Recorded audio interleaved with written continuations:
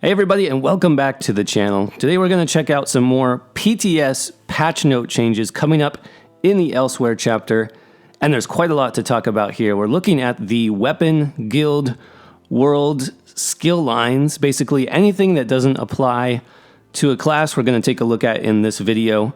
And by the way, if you missed it, I did cover all the class changes in separate videos. I'll have links for those down in the description below, but let's jump right into this one. So we're taking a look at our weapon skills first. Starting off with the changes to two-hander. Cleave got reworked quite a bit, and honestly, I'm not a big fan of the changes here on this one. So they reworked the ability and its morph, so the damage is increased by 50%, so that sounds good. They removed the bleed from the base ability, which is called Cleave, and they did some major changes here to Carve. So it still has the bleed effect on the Carve morph, and they increased the bleed damage by 25%. However, it no longer grants the minor heroism buff. Big sad for me on that one. I really like having minor heroism available on more than just one weapon type. Right now, currently, you can get minor heroism from the sword and shield skill line, and you can get it from the two-handed skill line, which to me is really good. That's like balanced. You can get it in more than one place. So if I have a build that I want to do dual wield on the front bar and I want to do two-hand on the back bar, I can still get this really good buff. However, they've taken it away now from the Carve morph, which means I'm not going to be able to do that anymore. So I don't like this. I'm not a big fan of this change. Let's go down more. So Brawler is the damage shield morph. So this doesn't have the bleed anymore. They increased the shield 100% at base, so you'll get more shielding up front, but you'll also get less per target. So it used to be it jumped up 100% for each target hit, and now it's going to go up just 50. So you'll get more initially, which is good for like fighting single target, like boss fights and stuff like that. You'll be able to get more shielding from this ability. It also says it will be approximately 14% stronger overall if you have the max targets. So I guess I'm okay with that one. Let's go ahead and read the comment here. So the goal was to allow 200 users to choose between defense or damage. No discussion at all about why minor heroism was taken out of the skill, which is really disappointing. But yeah, let's move on. So uppercut, which is the main spammable of the two-hand line, also got a change here. They reduced the damage by 14%. to make up for the removal of the global cooldown. Okay, I don't really see a global cooldown. I think what they mean is they changed this to 1 second instead of 1.1, so apparently you can spam it a little bit better. It's supposed to have higher overall DPS, 6%, which isn't much. But yeah, this is definitely another nerf, you guys. A nerf to uppercut, 14% less damage overall to this ability. Now, I'll tell you what I would like to see, because this is also disappointing. This means uppercut is a little bit more impactful in PvP, where it's one of those really high-risk, high-reward skills. Think Dark Flare. Dark Flare got a huge nerf this patch. But if you were able to land it, you should be rewarded with high damage, I think. So this negates some of that risk-reward gameplay a little bit. Here's what I would like to see. I would like to see them put the minor heroism buff from Carve onto a morph of uppercut. I think that would be interesting. What they could do also is just do, instead of the 1 second cast, one of the morphs maybe could be instant cast with a lot less damage, but also have minor heroism tied to it. I think that would be interesting. Overall, I'm just not happy that minor heroism is being removed from the skill line completely. I'd like to see it end up somewhere else. Doesn't matter where, I just would like to see it somewhere so that, again, we have build diversity between the weapon skill lines. So one-handed shield just got a little fix here on death recaps, not a big deal. Dual wield got lots of changes here, starting off with Blade Cloak. So apparently there were some bugs with Blade Cloak where you wouldn't always get the bonus if you had another major evasion buff, because Blade Cloak applies major evasion. So they fixed an issue where Blade Cloak was counting as both dot and direct damage. It was always one of those weird skills where it would dip into both. So now it's going to be properly treated just as damage over time skill with Thaumaturge. Awesome. This is a really good change. Let's see, they increased the damage of Deadly Cloak. It is the damaging morph, so it's going to get a little bit more damage. Okay, Flurry is the spammable skill here. It does have a cast time. And they increase the damage from the base skill and the morphs by 21%. I'm going to be testing this out on some classes that don't have spammables like Dragonite and Stamsork, for example, to see if this is now a viable spammable skill.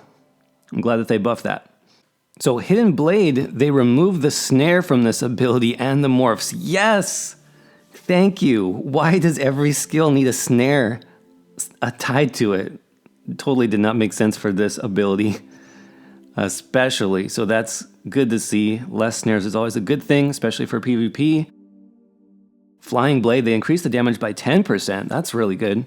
Okay, Twin Slashes. This is where now we had some buffs and now it looks like we're getting some nerfs coming into the dual wield skill line. So they adjusted it to function more like the standard damage over time skills, which means the duration went up, which is not bad. They increased the delay to 2 seconds from 1 second. So your dot ticks every 2 seconds now.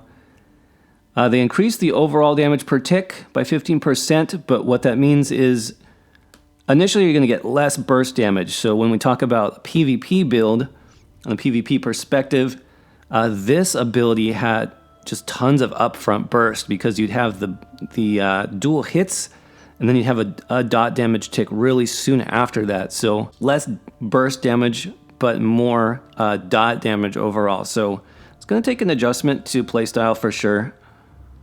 What I do like is they did increase the heal on the Blood Craze morph, 27%. That should be nice, both for PvP and PvE.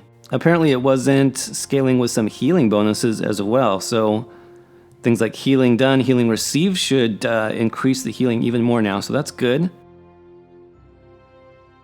Whirlwind. So this is our AoE spammable spin to win, as you might know it more commonly. So they increased the base damage by 50%.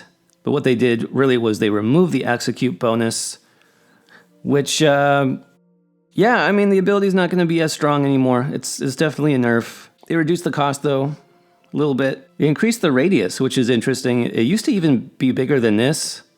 What was it initially? Like 8 meters, and then they knocked it down to 5, and now it's back up to 6. So again, the Steel Tornado morph, which was what basically everybody used, no longer gets the execute. So big change there. Remember, you do have a bonus execute in your dual wield skill line too. So this skill effectively had 2 execute bonuses forever. So it's still going to have the one from the skill line. Let's see, again, they reduced the cost even more. Okay. So a little cost reduction there. And then what they did was the Whirling Blades morph, which basically nobody ever used because it had this major endurance buff, which we get major endurance from potions anyways. So there really was very little reason to use this, but they put the execute on this skill. So it seems like overall you're going to have one morph cost a little bit less, and you're going to have one morph cost more, but have the execute tied to it. So let's read the comment here. Previously, the ability and the morph are overloaded with the execute multiplier, so we talked about that. Stacking with the passive execute multiplier. So the morphs now allow for increased area coverage and reduced drain, reduced cost, or increased overall damage. So definitely some changes there. Let's go ahead and jump to bows. So Arrow Spray, remove the snare from this ability and its morphs. Nice. Okay, another snare gone from PvP. Interesting. So to go along with that, they increase the damage and reduce the cost. Okay, so there's some trade-off here. It's no longer going to snare, apparently, but you do get more damage and reduce cost. So looking at the morphs now, the Acid Spray morph, they increased the dot damage by 40%. That's going to be pretty nasty. And they added a 1 second delay 4 seconds in total. Okay. Bombard. Okay, so they said that they remove the snare, but then Bombard, the Smurf retains the snare and immobilize. Okay. I'm not as excited anymore. But yeah, so Bombard is still going to be the annoying morph. And even beyond that, the duration of the immobilize now lasts up to 4 seconds, up from 2. Okay, very interesting. All right, Snipe. This is one of the major changes that a lot of people have been talking about. So same thing with most of the channels. They reduced the cast time to 1 second. Because of that, should be a little bit easier to put into a rotation, like if you're doing a PvE bow build. But the main problem here is they reduced the damage by a ton, 25%, to make up for the change in channel time there. So I don't know, that's quite a big nerf. They also increased the travel speed to make it in line with other projectiles. Okay, so less counter if you're talking about PvP, for example. And then here's another big change. Lethal Arrow, which used to apply major defile, now only applies minor defile. This was done since the morph already had another bonus, which was the guaranteed poison status effect. So less damage, 25%, no major defile. Wow. Big changes for Snipe. Overall, I'm not a huge fan of Snipe. I don't tend to use it. I even have bow builds where I don't use it on purpose just because of how buggy it is. I don't know if they address the phasing of this skill, like how you can stack multiple snipes on top of each other and lag somebody out and get like 2 or 3 of them to all hit at once. That was not addressed at all in the patch notes. I wonder if just moving it to a 1 second channel from 1.1 is going to help at all with that. I don't know. So we'll see about that. Focused aim got changed as well, so it doesn't increase the range of your allies anymore. It reduces the cost 5% and increases your range by 5 meters. Still get minor fracture on it though. Okay, moving on. Destruction Staff. So Wall of Frost also got a snare reduction, 40% down from 60. That sounds good. Restoration Staff Ultimate. This got a big change too, you guys. So the Lights Champion morph, which was basically the morph that basically everybody chose as far as I know, it no longer grants major protection. Huge change to this skill. So in terms of adjusting it, they changed major force. So it will now last 8 seconds instead of 5. Okay, let's go ahead and read the comment. So previously the Ultimate did the job of both morphs, offering both offensive and defensive power. I agree with that. It was super strong, both offensively and defensively, especially with that major protection on the back end. So now you're going to get major force for longer. And apparently Life Giver is going to be like the go-to defensive morph. I don't know, does Life Giver have major protection? I don't think it does. I mean, the defensive capability is major protection, so the fact that these are losing major protection, I don't know, definitely a big nerf there. Unarmed. I like how they list unarmed like it's actually a skill line. Wouldn't that be awesome if it was? So heavy attacks, fix an issue with pet targeting. Okay. All right, let's jump into the world skill lines now. So Soul Magic, little bug fix here on Shatter Soul. That looks fine. Werewolf, though, got some big time changes. So Devour, which is your corpse consuming. Looks like this got a little bit of a telegraph, a little bit of a red glow. You can now devour your friends. Okay, that's good, I guess. Infectious Claws. So this is our AoE. They increased the initial hit of this ability by 36%. I like that. I like that a lot because I do use this ability a lot on my werewolf build. So I'm definitely going to try that out. Then some major changes to the bleeds here on your basic attacks. So they are making this follow the standard dot rule set. Total duration went down.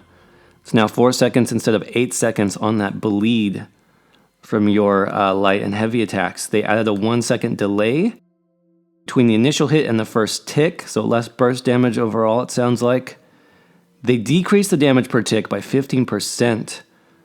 For base morph and pack leader, this is our wolf pet morph. And they increase the damage per tick by 24% for the berserker morph. So I believe the berserker morph already did more light attack bleed damage, and now it's going to do even more. Okay.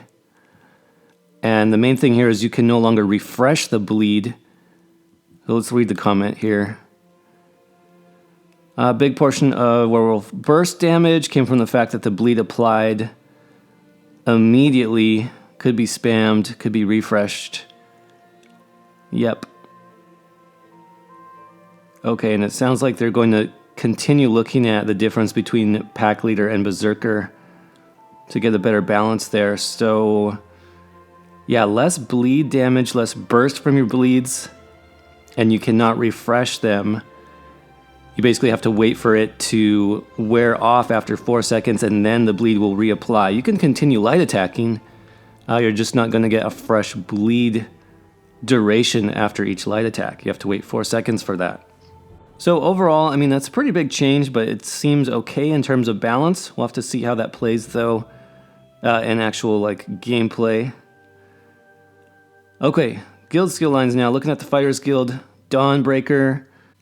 So they increased the delay 2 seconds instead of 1 second.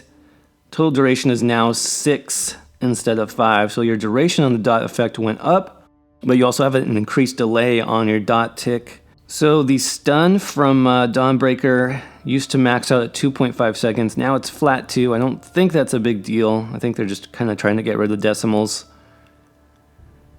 The morph now gets stronger in damage. Okay. So it did get stronger in the duration of the stun, and now it gets stronger in damage, resulting in about 5-6% greater damage from the initial hit and 9% damage over time increase. So that sounds pretty good. I'm going to be looking forward to that, actually. The initial hit burst is usually what counts, so if this is going to be hitting for more damage, great. So they improved the pull of Silver Leash, Trap Beast, just a fix here where apparently it could be dodged. Okay, so that's fixed. Turn Undead only applying to werewolves. Okay, that's fixed. Psijic Order. Psijic Order got some changes here. So Accelerate, which is our speed buff. They increased the major expedition buff to 4 seconds up from 3. That's good. I always complained about this. I didn't understand why it was 3 seconds of major expedition. Pretty much useless. So 4 seconds now is the minimum, which I'm glad to see that. And then channel acceleration is 12 seconds rather than 9. That's really strong. Really good. Race Against Time, which is one of your morphs there. It got changed so it no longer reduces the cost of sprinting. Okay, that was one of the main parts of that morph. Instead, it now grants immunity to snares and immobilizations for 4 seconds. Wow. Big change on this skill. Okay, I did not see this coming. This is huge for Magicka builds, you guys. I think previously the only snare and immobilization immunity you got was from like Mist form. And then if you were a DK, a Magicka DK, you have wings. But wow. So this is basically like forward momentum, the Magicka version of forward momentum. Wow.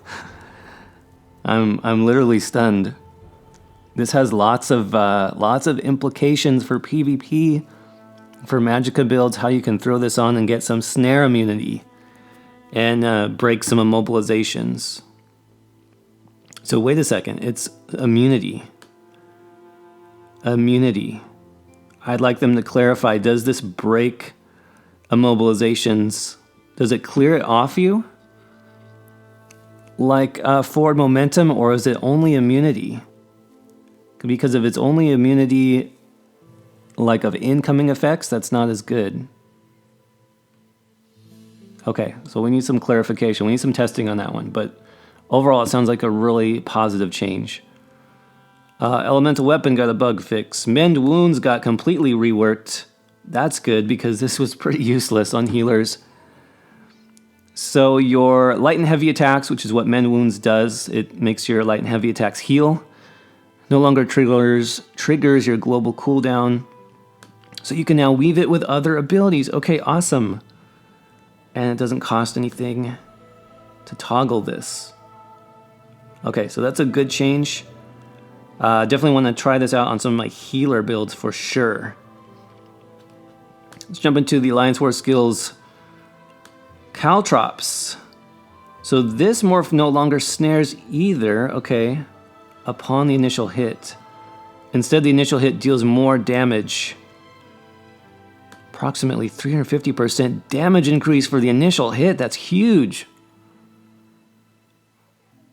Okay, so does this have no snare at all anymore? Really? It sounds like just the initial hit, and if they're in the area, it's still going to snare. Okay. They adjusted the dot component as well. Okay. Guard. Okay, guard got some balances. That's good, about time. So it used to be that guard could do basically double dip into mitigation. It would use your mitigation and your target's mitigation. So now it's only mitigated one time from the initial target's mitigation and damage reduction. So that's good. Used to be guard was just an incredibly super powerful buff, basically making their target unkillable. So now it should be a little bit more balanced. That's good. So that's going to wrap it up for this video. Overall, lots of changes to talk about for weapons, weapon skills, and particularly a couple of nerfs there that are kind of questionable. Going to the root of what the skill does and what's available in the class line. Talking about two-handers mainly. Remember, we are in week 1 still, so a lot of these changes may be adjusted based on our feedback. So remember to give good feedback on the forums. Let the developers know what you think and how it can be fixed. If you guys enjoyed this video, as always, I would appreciate you smashing that like button for me. Leave a comment below. Let me know what you think of these changes overall. And until then, I'll see you guys around in the next video. Thanks.